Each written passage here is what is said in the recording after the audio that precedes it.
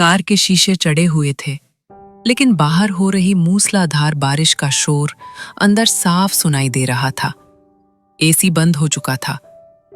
Car के अंदर एक अजीब सी गर्मी थी, एक ऐसी गर्मी जो मौसम की नहीं बल्कि दो जिस्मों की नजदीकी की थी। मैं, रिया, पिछली सीट के कोने में दुबकी हुई थी। मेरी साड़ी का पल्लू मेरे कंधे से गिर चुका था और पसीने की बूंदें मेरी गर्दन से फिसलती हुई मेरे ब्लाउज की गहराई में जा रही थीं। और मेरे ठीक सामने मेरे पति का नया ड्राइवर करण बैठा था। उसने अपनी वर्दी वाली शर्ट उतार दी थी। उसका गठीला, पसीने में भीगा हुआ बदन कार की मंद रोशनी में चमक रहा था। उसकी छाती के बाल पसीने से चिपके हुए थे। उसने अपना हाथ बढ़ाया और मेरे घुटने पर रख दिया। उसका हाथ बहुत गर्म था, लोहे जैसा सख्त। मैडम, उसकी आवाज में एक नशा था। साहब तो शहर में बैठे हैं और यहां जंगल में हम दोनों अकेले हैं। गाड़ी का इंजन तो ठंडा पड़ गया, पर आपके अंदर की आग का क्या? मैं कांप रही थी।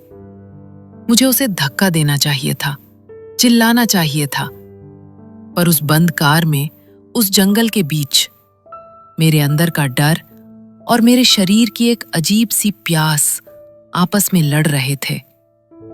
उसने धीरे से अपनी सीट को पीछे की तरफ झुका दिया, जिससे हमारे बीच की बची खुची दूरी भी खत्म हो गई।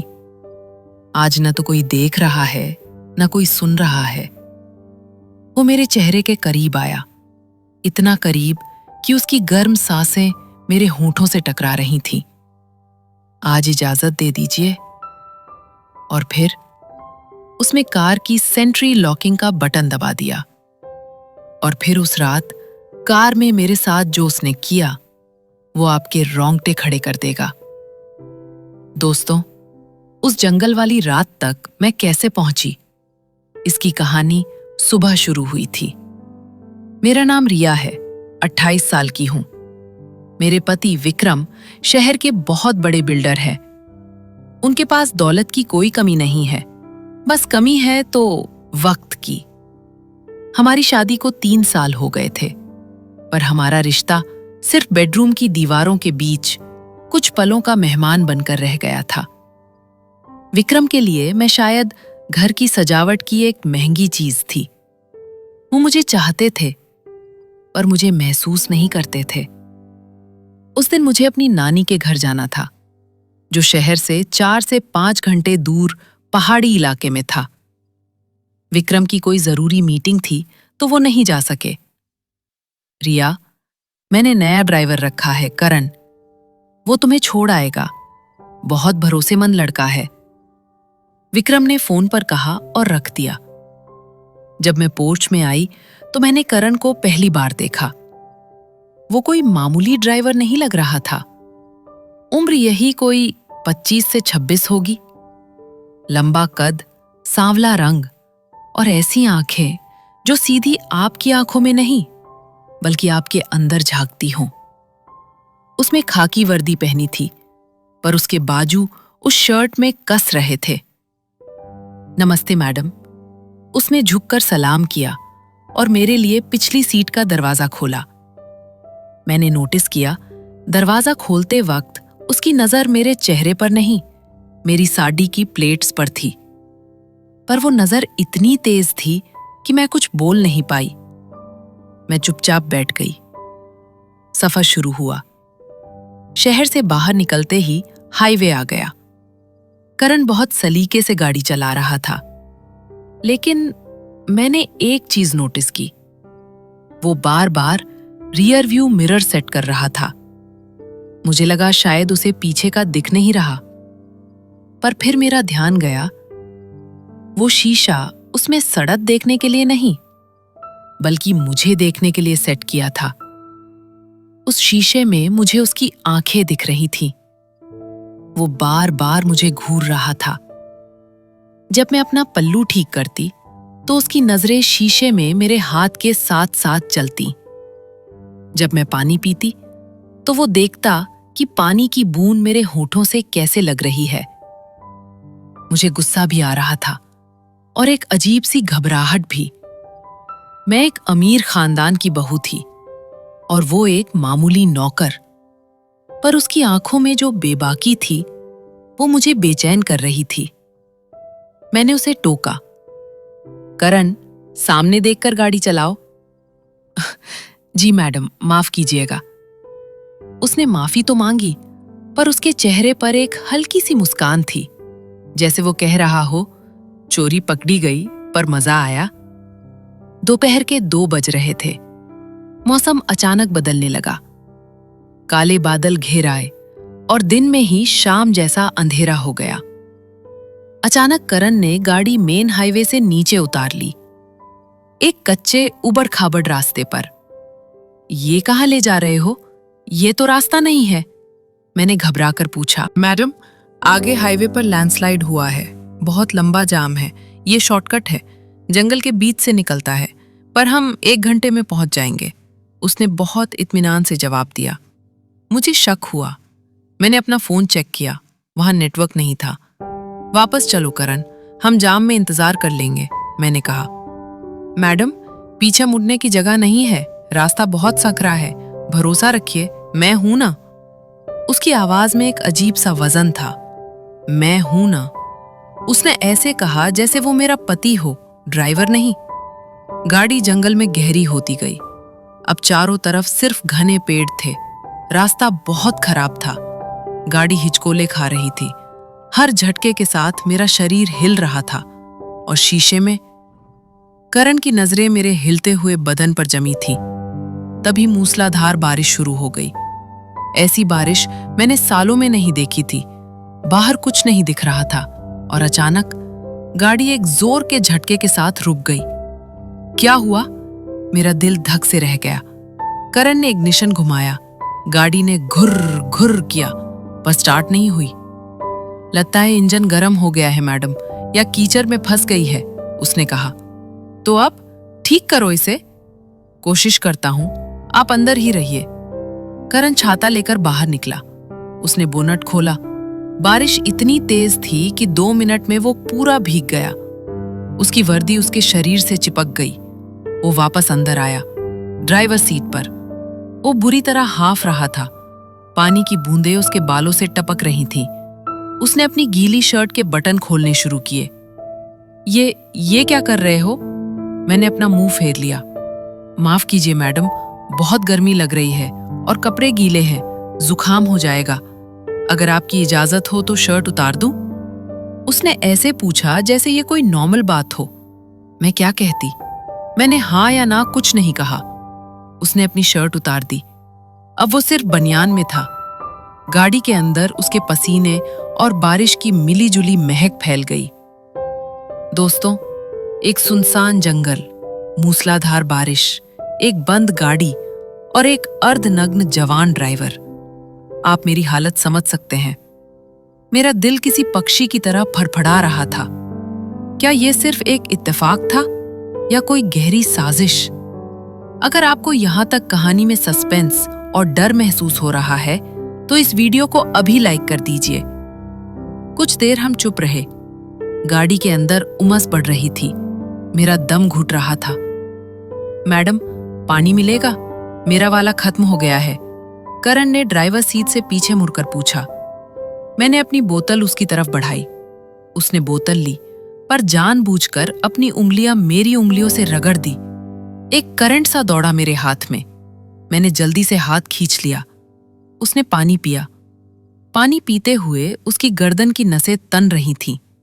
पानी की कुछ बूंदें उसकी छाती पर गिरी और बालों में उलझ गईं। आह! उसने बोतल रखते हुए एक गहरी सांस ली। बड़ी प्यास लगी थी। फिर वो मुड़ा नहीं।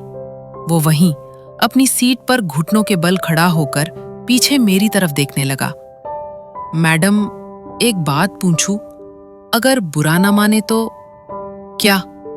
मेरी आवाज कांप रही थी। साहब, आपको ऐसे अकेले कैसे जाने देते हैं? इतनी खूबसूरत बीवी, और वो भी इतनी जवान। अगर मैं उनकी जगह होता तो आपको एक पल के लिए भी अपनी नजरों से दूर नहीं करता। ये बहुत ज्यादा था। उसने अपनी हद पार कर दी थी। करण, अपनी जुबान पर लगाम लगाओ। तुम एक ड्राइवर हो, ड्राइवर की तरह रहो, मैंने डांटा। वो डरा नहीं, वो हंसा। ड्राइवर हूं, इसीलिए तो गाड़ी चला रहा हूं मैडम। पर गाड़ी हो या औरत, अगर उसे सही से हैंडल ना किया जाए तो वो गर्म होकर बीच रास्ते में ही रुक जाती है, जैसे अभी हमारी गाड़ी रुक गई। और शायद आप भी। मेरे गाल शर्म और गुस्से से लाल हो गए। चुप रहो, बाहर निकलो और गाड़ी ठीक करो। कोशिश तो कर रहा हूं मैडम, पर लगता है ये गाड़ी आज आगे बढ़ने के मूड में नहीं है और बाहर तूफान है। आज रात शायद हमें यहीं गुजारनी पड़ेगी। यहीं? इस जंगल में? हाँ, और डरिए मत, मैं हूं ना। वो अपनी सीट से उठा। मुझे लगा वो बाहर जाएगा, लेकिन नहीं। वो आगे वाली सीट से कूदकर पीछे वाली सीट पर आ गया, मेरे बगल में। मेरी चीख निकल गई। मैं खिसक कर दरवाजे से चिपक गई। तुम पीछे क्यों आए? आगे पानी टपक रहा है मैडम, सीट गीली हो गई और वैसे भी ठंड लग रही है। थोड़ी इंसान की गर्मी मिल जाएगी तो। उसने अपना हाथ मेरी सीट के पीछे फैला दिया, जैसे मुझे घेरे में ले रहा हो। वो मेरे बहुत करीब था। उसके शरीर की गर्मी मुझे महसूस हो रही थी। उसकी बाहों की मसल्स मेरे कंधे से बस 1 इंच दूर थीं। देखो करण, मेरे पति को पता चला तो वो तुम्हें जान से मार देंगे। मैंने उसे डराने की कोशिश की। वो मेरे कान के पास झुका। साहब को क्या पता चलेगा मैडम? वो तो अपनी मीटिंग में बिजी होंगे, या शायद अपनी किसी सेक्रेटरी के साथ। आपको क्या लगता है वो सिर्फ काम करते हैं? उसने मेरी दुखती रग पर हाथ रख दिया था। मुझे भी विक्रम पर शक था। साहब अपनी प्यास बाहर बुझा लेते हैं, और आप तो सूखी नदी की तरह है मैडम, जिसे बस एक बाढ़ की जरूरत है। उसकी बातें जहर की तरह मेरे कानों में उतर रही थीं। वो मुझे सम्मोहित कर रहा था। उसने अपना हाथ मेरे हाथ पर रख दिया। उसकी हथेली खुरदरी थी। आपका हाथ कितना कोमल है, उसने कहा और मेरी हथेली को उल्टा करके चूम लिया। मैं सन्न रह गई। मुझे उसे थप्पड़ मारना चाहिए था, पर मेरा शरीर मेरा साथ में ही दे रहा था। बरसों से मुझे किसी मर्द ने ऐसे नहीं देखा था, ऐसे नहीं छुआ था। उसने मेरी आंखों में एक बेबसी देखी और उसे हाँ समझ लिया। मुझे पता है आप भी चाहती हैं, वो फुसफुसाया। उसने मेरा दूसरा हाथ भी पकड़ लिया और मुझे अपनी तरफ खींचा। हम दोनों के बीच अब कोई दूरी नहीं थी। करण, नहीं, ये गलत है, मैंने कमजोर आवाज में कहा। कुछ गलत नहीं है रिया मैडम, जो दिल चाहे वो गलत कैसे हो सकता है? उसने अपना एक हाथ मेरी कमर पर रखा और दूसरा हाथ मेरी गर्दन के पीछे। उसने मेरे बालों को खोल दिया। आप बहुत सुंदर हैं। वो मुझे किस करने के लिए झुका। मैं पिघल रही थी। मैंने अपनी आंखें बंद कर ली। तभी अचानक उसकी नजर मेरी साड़ी के पल्लू के नीचे मेरी कमर में बंधे चाबियों के गुच्छे पर पड़ी।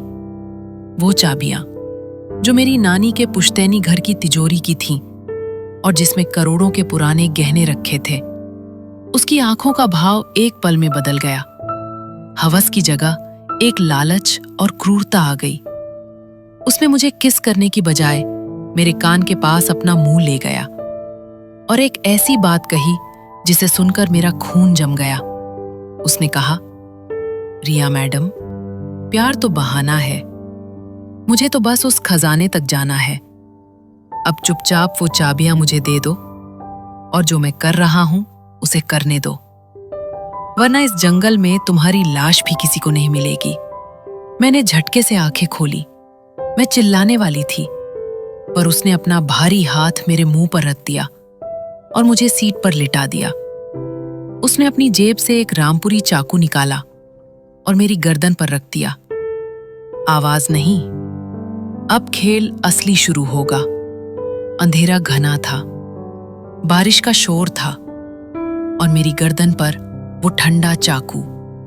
दोस्तों, कैसे मैं उस दरिंदे ड्राइवर से अपनी जान और इज्जत बचा पाई? क्या वो सिर्फ लुटेरा था या उसके पीछे मेरे पति विक्रम का कोई हाथ था? उस बंद गाड़ी में आगे जो हुआ वो आपके होश उड़ा देगा। रात के सन्नाटे में उस बंद कार के अंदर मेरी सांसों की आवाज किसी तूफान से कम नहीं थी। मेरी गर्दन पर वो ठंडा धारदार चाकू रखा था और मेरे सामने करण का वो चेहरा था जो अब इंसान का नहीं, शैतान का लग रहा था। उसकी आंखों में अब प्यार का नाटक नहीं, बल्कि एक भूखे भेड़िए जैसी क्रूरता थी। उसने मेरे कान के पास आकर अपनी बदबूदार सांसें छोड़ते हुए कहा, रिया मैडम, चाबियां तो मुझे चाहिए ही, वो तो मैं ले ही लूंगा, लेकिन तुम्हारे इस हुस्न को ऐसे छोड़कर जाना भी तो पाप होगा। बाहर बारिश हो रही है, रास्ता बंद है, हमारे पास पूरी रात है। पहले मैं अपनी प्यास बुझाऊंगा, फिर तिजोरी की। उसका एक हाथ मेरे ब्लाउज के हुक की तरफ बढ़ा।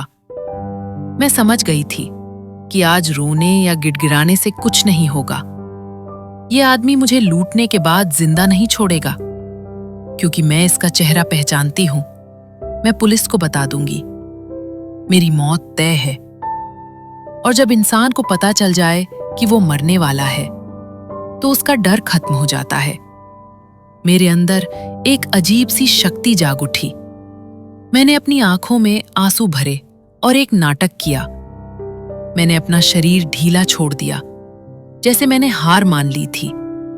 मैंने कांपती आवाज में कहा, ठीक है करण, मैं तैयार हूं। वैसे भी विक्रम ने मुझे कभी प्यार नहीं दिया। अगर मरना ही है तो कम से कम एक बार तो मैं किसी मर्द का प्यार महसूस कर लूं। पर प्लीज ये चाकू हटा लो, मुझे डर लग रहा है। करण मेरी बात सुनकर रुक गया। उसके चेहरे पर एक विजयी मुस्कान आई। उसने चाकू मेरी गर्दन से हटाया और उसे कार के डैशबोर्ड पर रख दिया। यही वो पल था जिसका मुझे इंतजार था। जैसे ही वो मुझे चूमने के लिए मेरे ऊपर झुका, मैंने अपनी पूरी ताकत बटोरी। मैंने अपना घुटना पूरी जोर से उसके सबसे नाजुक हिस्से पर दे मारा। उसके मुंह से एक दबी हुई दर्दनाक चीख निकली। उसकी आंखें बाहर को आ गईं। वो दर्द से दोहरा होकर सीट पर लुढ़क गया। मैंने एक पल भी नहीं गंवाया। मैंने डैशबोर्ड से वो चाकू उठाया और कार का दरवाजा खोला। बाहर मूसलाधार बारिश हो रही थी। घना अंधेरा था। जंगल के जानवर अजीब आवाजें निकाल रहे थे, पर अंदर बैठे उस जानवर से ज्यादा सुरक्षित मुझे वो जंगल लगा। मैं नंगे पैर कीचड़ में कूद गई और जंगल की तरफ बेतहाशा भागने लगी। कीचड़ में मेरे पैर धंस रहे थे, मेरे पैरों में पत्थर चुभ रहे थे, पर मुझे कोई दर्द महसूस नहीं हो रहा था। मुझे बस भागना था। पीछे से करण की दहाड़ सुनाई दी। रुक जा हरामजादी! वो मेरे पीछे आ रहा था और वो मुझसे ज्यादा तेज था। मैं एक घनी झाड़ी के पीछे छिप गई। मेरा दिल इतनी जोर से धड़क रहा था कि मुझे लगा इसकी आवाज करण सुन लेगा। मैंने अपने मुंह पर हाथ रख लिया। करण कुछ ही दूरी पर खड़ा था। उसके हाथ में अब कार का पाना था। वो टॉर्च की रोशनी में इधर उधर देख रहा था। बारिश में भी उसका वो भीगा हुआ शरीर और लाल आंखें यमराज जैसी लग रही थीं। कहाँ छिपेगी मेरी जान? खुशबू आ रही है मुझे तेरे जिस्म की। आज खेल बहुत लंबा चलेगा, वो चिल्लाया। वो धीरे धीरे मेरी झाड़ी की तरफ बढ़ रहा था। मुझे लगा आज मेरा अंत आ गया है। तभी उसकी नजर जमीन पर पड़ी। कीचड़ में मेरे पैरों के निशान थे, जो एक पुरानी गुफानुमा जगह की तरफ जा रहे थे। वो हंसा। मिल गई।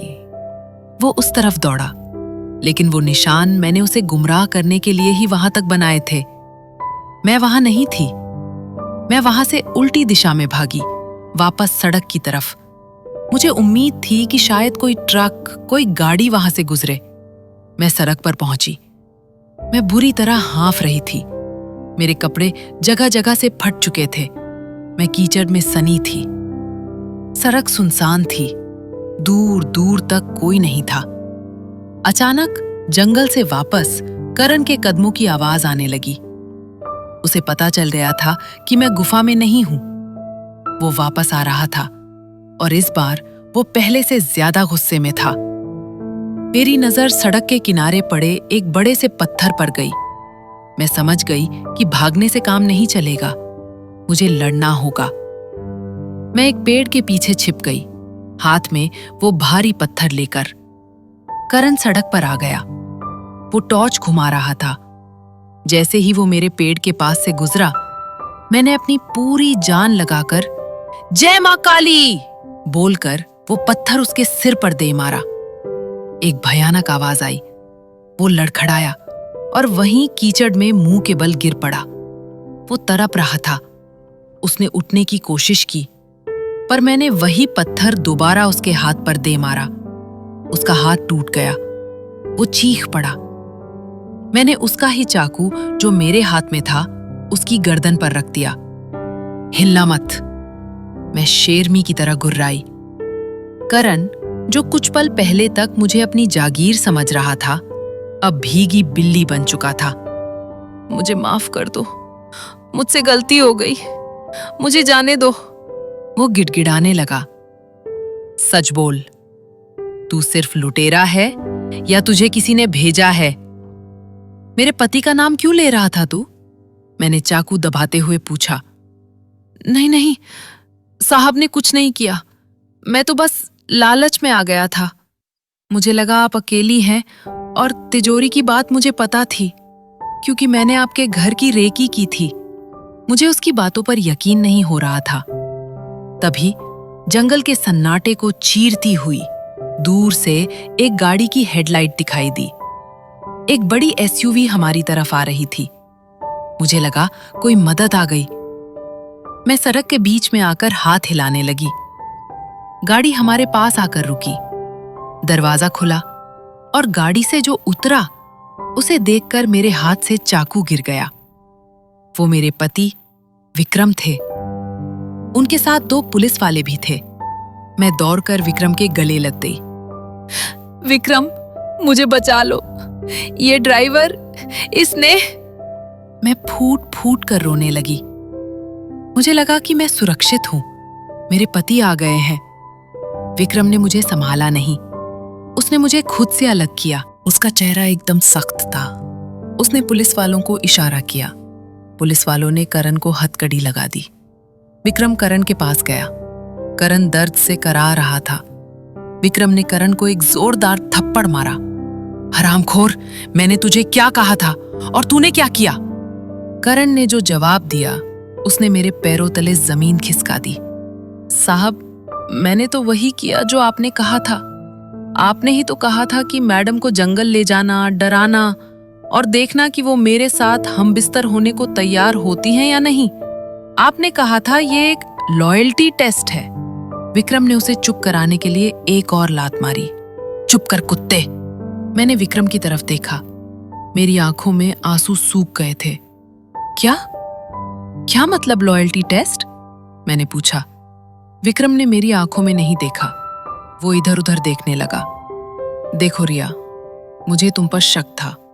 मुझे लगा तुम मेरे पैसों के लिए मेरे साथ हो, और मुझे लगा शायद मेरे पीठ पीछे तुम्हारा कोई चक्कर है।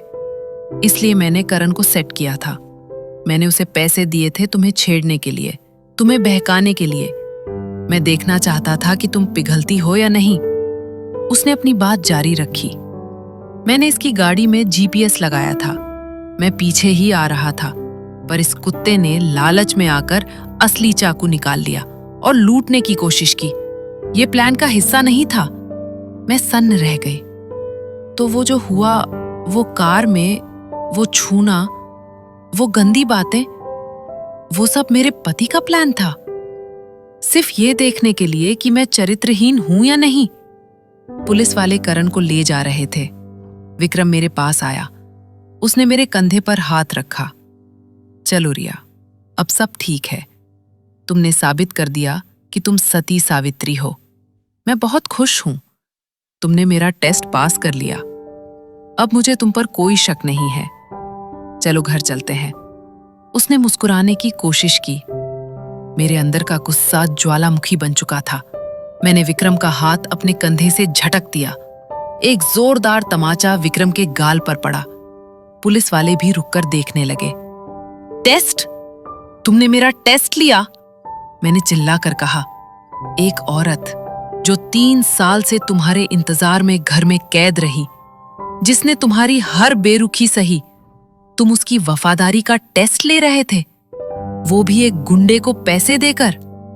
अगर आज मैं मर जाती तो, अगर ये सच में मेरा रेप कर देता तो क्या तब भी तुम कहते कि टेस्ट पास हो गया?